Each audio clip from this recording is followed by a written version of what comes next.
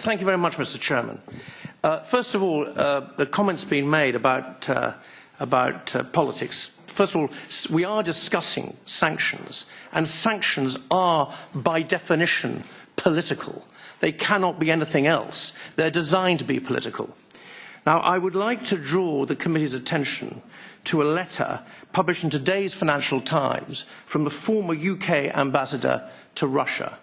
I'll just give you 2.5 sentences, but it's very eloquently put, and it gives a completely and different contrary point of view from that which we've been hearing. He starts off by saying, the real tragedy is current Western policy, and for Western policy, read EU policy.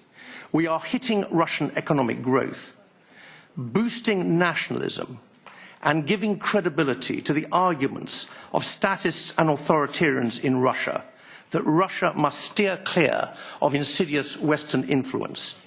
We are thereby setting back the moment of democratic transition in Russia, not moving it forward.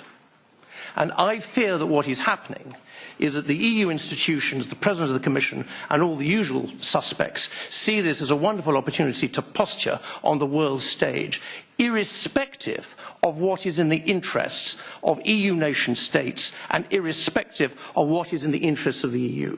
Now, I'll make a couple of lightning comments on the basis of what Mr. Emerson said. Mistral.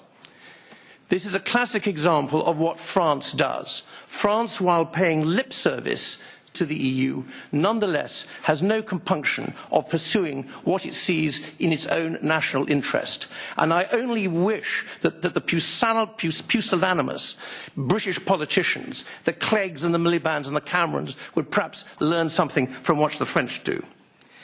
Macroeconomic environment, which was Mr. Emerson said, a very delicate way of referring to the tens of millions of unemployed people, mostly in the Eurozone, suffering because of the monetarist policies pursued by the EU and by the central bank. This might, he says that Russian sanctions might affect the recovery. Well, they might. They might also affect the recovery in our country. And for what? In pursuit of a complete mirage. And then Mr. Emerson also referred to the UK association agreement. Mr. Emerson seemed to be opposed to the very brief suspension that we've had. The fact of the matter is, it is provocative. It is provocative. And in the context of EU-Canada, which the EU Commission negotiator told me personally took 5 years of negotiation. Why on earth is this being rushed through in this current environment? It's completely wrong. Now, and finally, and this will be my final thing, is you very often come across Sabre rattling politicians, and we had a depressing example of that with what Mr. Bostinari said, and I notice that he's not in his seat.